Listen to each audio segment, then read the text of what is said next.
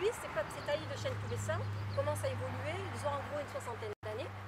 Et bon, on connaît qu'une seule sylviculture, hein, qu'une seule gestion est connue et pratiquée dans le chêne pubescent, c'est la gestion en coupe rase. La gestion elle est connue, elle est ancestrale, historique, il n'y a pas à le refaire. Bon, elle produit du bois de chauffage, ce qui est très bien puisqu'il y a une grosse demande au jour d'aujourd'hui, mais quand même beaucoup de propriétaires comme nous, techniciens à CRPF, on s'est posé la question par rapport à ce mode de gestion, est-il possible de faire autre chose que cette gestion en coupe rase systématique? À un moment donné, quand c'est la question en nous disant oui mais nous on aimerait faire autre chose, est-ce que c'est possible?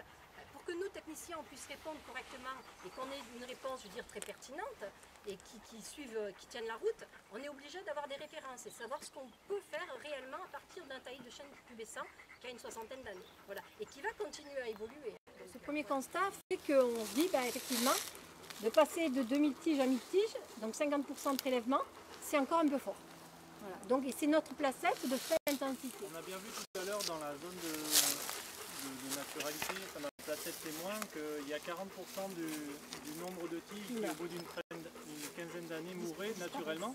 Donc en fait les descentes de cimes qu'on observe ici, c'est tout simplement peut-être celles qui, quoi qu'il arrive, auraient séché naturellement sur pied, qui ont été peut-être un peu accentuées par la mise en lumière latérale, mais pas plus que ça. Donc en fait, pour moi, on a ici accompagné la dynamique naturelle, on a maintenu un capital sur pied, on a maintenu ces arbres-là qui ont une valeur écologique fondamentale, et en plus de ça, on a quand même encore la possibilité, sur une rotation à affiner, je sais pas, 10, 12, 15 ans, de repasser ici et de récupérer entre 50 et 70 terres et de revenir constamment comme ça, pendant, je sais pas, au moins 2-3 rotations. Et puis après, effectivement, comme disait Étienne, on est aussi à temps éventuellement de voir venir.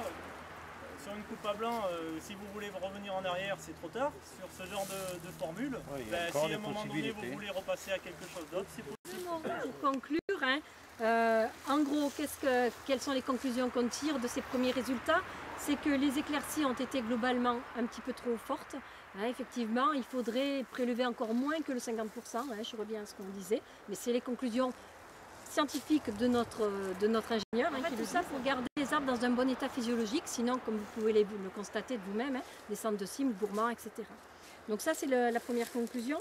La deuxième conclusion, c'est que les éclaircies, on le sait aussi, favorisent la croissance en diamètre et que, à notre grand étonnement, en fait, la placette qui a eu la meilleure production en 10 ans, c'est la placette qui a été éclaircie le plus faiblement. Et ça, effectivement, on pensait que c'était pas celle-là, si. Sur les 10 ans, c'est celle-là qui a le mieux réagi et qui a le produit le plus. Donc la troisième chose qui est importante, c'est que la régénération par rejet, elle est obtenue pour toutes les intensités d'éclaircie.